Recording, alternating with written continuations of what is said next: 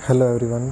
Seventh class का जो second lesson था प्राणियों में पोषण, लेसन कंप्लीट होने के बाद आज हम इसके क्वेश्चन आंसर करेंगे। तो पहला क्वेश्चन है कि रेगिस्तानों की पूर्ति करनी है कि मानव भोजन के मुख्य चरण भोजन के जो मुख्य चरण है वो क्या है। सबसे पहले आपको सभी को पता है कि अंतर्ग्रहण की क्रिया होती है। तो पहले रेगिस्तान में क्या लिखोगे? अंतर्ग्रहण। जिस प्रकार से ये नीचे लिखा हुआ है अंतर्ग्रहण। अंतर्ग्रहण के बाद क्या होता है? पाचन। पाचन के बाद भोजन का अवशोषण। अवशोषण के बाद स्वांगिकीकरण। स्वांगिकीकरण के बाद बाहर निष्कासन होता है। तो अंतर्ग्रहण से मतलब होता है कि भोजन को मुख के अंदर लेने की प्रक्रिया अंतर्ग्रहण है। पाचन से मतलब कि भोजन का आमाशय में क्या होता है? पाचन होता है। अवशोषण से मतलब है कि भोजन को ग्रहण करना, मतलब कि जो छोटी आंत है वो भोजन का क्या करती है? क्षुधांतर जो है, छोटी आंत जिसको क्षुधांतर को बोलते हैं, वो भोजन का क्या करती है? अवशोषण करती है। स्वांगीकरण से मतलब भोजन को विभिन्न भागों में, छोटे भागों में तोड़ना, स्वांगीकरण की प्रक्रिया थी। निष्कासन से मतलब जो भोजन अपचित है, जो पच रहा नहीं है, उसको क्या करना? बाहर निष्कासन करना। ये हमने पढ़ लिया था। तो मानव शरीर की सबसे बड़ी ग्रंथि कौन सी है? यकृत ग्रंथि। तो सेकंड में क्या लिखोगे? यकृत लिखोगे। तो ये यकृत ग्रंथि। आमाशय में हाइड्रोक्लोरिक अम्ल एवं का स्राव होता है जो भोजन प्रक्रिया करते हैं। तो किसका स्राव होता है? आमाशय रस का स्राव होता है। तो थर्ड में लिखोगे आमाशय। नेक्स्ट है क्षुधांतर की आंतरिक भित्ति पर अंगुली के समान अनेक प्रवर्ध निकले होते हैं, जिन्हें क्या कहते हैं? दीर्घ रोम कहते हैं। अमीबा द्वारा भोजन का पाचन खाद्य धानी में करता है। अमीबा अपने भोजन का पाचन क्या करते हैं? खाद्य धानी में करता है। तो ये लिखना है। फिर असत्य और असत्य कथनों को चिन्हित करना है। मंड का पाचन आमाशय से प्रारंभ होता है? नहीं, मंड का जो पाचन है, स्टार्च का जो पाचन है, वो आमाशय से प्रारंभ नहीं होता। असत्य लिखोगे। तो पहले का क्या लिखोगे? असत्य। जीभ लाला ग्रंथि को भोजन के साथ मिलाने में सहायता करती है। तो जीभ है तो लार ग्रंथि से जो स्राव होती है वो भोजन को मिलाने में सहायता करती है। सत्य बात है। पित्ताशय में रस अस्थायी रूप से भंडारित होता है। पित्ताशय में रस अस्थायी रूप से भंडारित नहीं होता, स्थायी रूप से होता है। सत्य बात है। तो पहले का क्या लिखोगे? मंड का क्या लिखोगे? असत्य। सेकंड का लिखोगे सत्य। थर्ड का पित्ताशय रस अस्थायी रूप से भंडारित होता है। सत्य। तो मतलब कि जो यकृत ग्रंथि है वो पित्तरस का स्रावित करती है, और पित्तरस कहाँ इकट्ठा होता रहता है? पित्ताशय में इकट्ठा होता रहता है। रूमिनेंट्स निगली हुई घास को अपने मुख में वापस लाकर धीरे धीरे चबाते रहते हैं। हाँ, सत्य बात है। तो लास्ट का भी क्या होगा? सत्य। इस प्रकार से पहले का असत्य है, दूसरे का सत्य है, तीसरे का सत्य और चौथे का भी सत्य लिखोगे। निम्न में सही विकल्प पर चिन्ह लगाना है कि वसा का पूर्ण रूपेण पाचन किस अंग में होता है? जो फैट होती है। जो थर्ड इसका ऑप्शन नहीं दिया हुआ।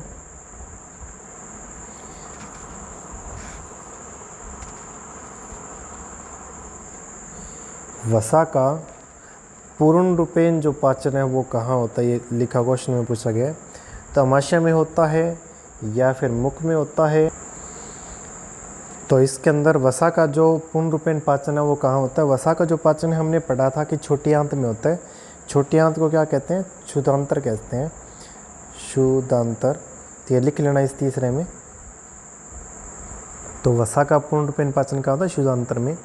जल का अवशोषण मुख्यतः किस अंग द्वारा होता है? जो जल का अवशोषण है वो कहाँ होता है?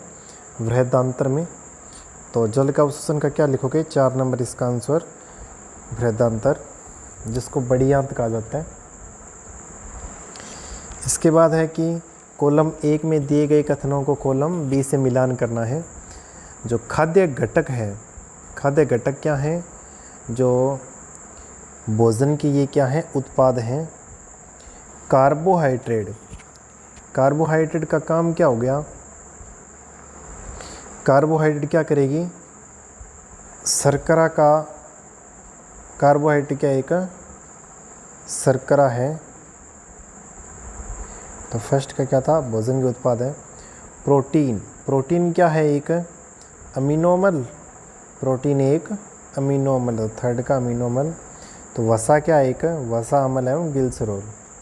ये तो नॉर्मल सी बात है, सीधा डायरेक्ट रूप से मिला नहीं करना है इसका। तो इस प्रकार से इसमें दिया खाद्य घटक वो भोजन के उत्पाद हैं, कार्बोहाइड्रेट के शर्करा हैं, प्रोटीन के अमीनोमल हैं। फिर नेक्स्ट है क्वेश्चन है, दीर्घ रोम क्या है, यह कहाँ पाए जाते हैं और इनके कार्य क्या हैं। तो दीर्घ रोम क्षुधांतर या छोटी आंत के भीतरी दीवार पर हजारों उंगली जैसी संरचनाएं उभरी होती है, इन्हें दीर्घ रोम कहते हैं। दीर्घ रोम क्षुधांतर में होते हैं। तो पित्त कहाँ निर्मित होते हैं या भोजन के किस घटक के पाचन में सहायता करते हैं। जो पित्त का निर्माण यकृत में होता है, इसका संग्रहण पित्ताशय में होता है, यह भोजन में उपस्थित वसा का पाचन करता है। तो पित्त का निर्माण कहाँ होता है, यकृत में होता है, तो इसका संग्रहण पित्ताशय में होता है।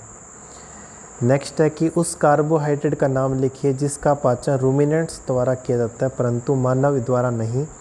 तो जो सेल्यूलोज है उसका जो पाचन है रूमिनेंट्स द्वारा किया जाता है, मानव इसका पाचन नहीं कर सकता। तो आंसर लिखना है कि उस कार्बोहाइड्रेट का नाम सेल्यूलोज है जिसका पाचन मनुष्य नहीं करता है। यह सिर्फ रूमिनेंट्स द्वारा ही इसका पाचन होता है। इसका कारण यह है कि सेल्यूलोज एक विशेष प्रकार का कार्बोहाइड्रेट है और इसका पाचन रूमिनेंट्स द्वारा कर सकते हैं। रूमिनेंट्स में क्षुधांतर या वृत्तांतर के बीच एक थैलीनुमा बड़ी संरचना होती है जहाँ भोजन के सेल्यूलोज का पाचन यहाँ पर कुछ जीवाणुओं द्वारा किया जाता है जो मनुष्य के आहार नाल में अनुपस्थित है। तो ये आंसर लिखना है। क्या कारण है कि हमें ग्लूकोज से ऊर्जा तुरंत प्राप्त होता है। ग्लूकोज शर्करा का सरल रूप है जिसे पाचित करना बहुत ही आसान है और यह तुरंत ही आंतों द्वारा अवशोषित हो जाता है। यही कारण है कि हमें ग्लूकोज से तुरंत ऊर्जा प्राप्त होती है। तो कार्बोहाइड्रेट ये जो ग्लूकोज है सरल रूप में जल्दी से पाचित हो जाता है और जिसके कारण ये आंतों को अवशोषित हो जाता है, जिसके कारण हमारे को तुरंत ऊर्जा मिल जाती है। नेक्स्ट क्वेश्चन है कि आहार नाल से कौन कौन से भाग द्वारा निम्न क्रियाएं संपादित होती है। पचे भोजन का जो अवशोषण है वो छोटी आंत क्षुधांतर द्वारा किया जाता है।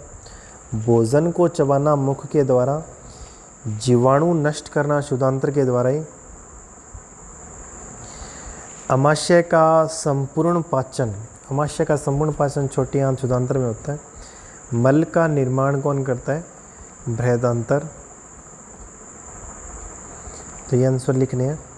पहले में क्या आएगा, क्षुधांतर, दूसरे में मुख, तीसरे में अमाशय, चौथे में क्षुधांतर, पांचवें में क्या है, बृहदांतर।